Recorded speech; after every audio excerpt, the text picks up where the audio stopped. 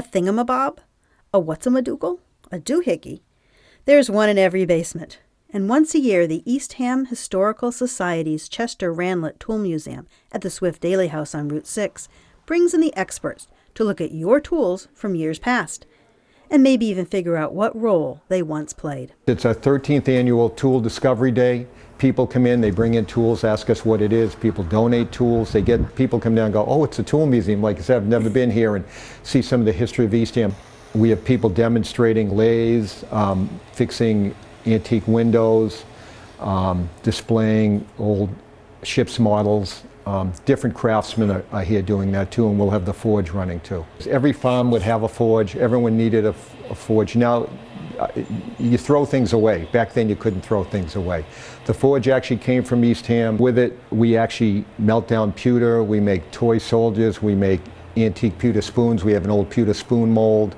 And then we have different blacksmiths come in and make different iron pieces. Volunteering here at the Historical Society, and this is a forge.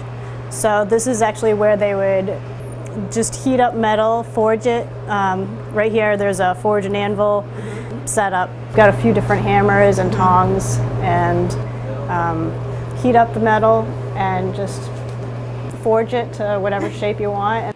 Well, the blacksmith was the main guy to go to in the village, and he would make all the tools for all the tradesmen. So every farm would have their own blacksmith shop. They'd have to have all their tools. You couldn't run out to Home Depot or Lowe's or True Value and buy something. You had to have it, and you had to make a lot of it. Our first and foremost thought is that Eastham tools come first. So we have tools from asparagus in Eastham, cranberries, farming, things like that, but we also have every other tool. We try to get one of each tool. We have automotive tools. We have a cement block maker that came from Sears in the 40s, because you had to make your cement blocks too. I mean, there's so many things. The Lower Cape was its own place. With so many different kinds of tools created by so many people in so many workshops, has the Tool Museum ever encountered something it just had no idea about? Oh yeah, called a Dibble. Dibble? Yep, and you take and you put it in the ground so you could plant. And look at it, it's a wonderful piece, and it's, you know, all forged, nice handle. Probably 1940s, it's a snap-on. Someone said, I thought it was a screwdriver, but it's actually for adjusting valves on like a truck or an old car. We have no idea what this is. And we've been trying to figure out maybe there's two of them, you grab something, maybe you pull with it.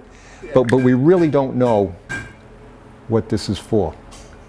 This year's Discovery Day and Open House featured lots of handmade objects, as well as that working forge.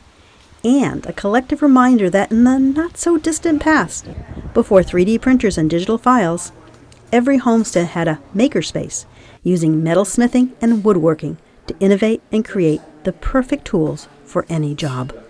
I think there's always an interest in handcrafting for people that are into it. Some of it's going by the wayside more and more with computers and different interests. So I think it's important to have this. But once people come in, they go, oh wow, you know, my grandfather did this, my father, oh, that's what that's for. I mean, tools, they're like a piece of art. You know, you look at it and then you get to use it all together, and it's fun, it's relaxing.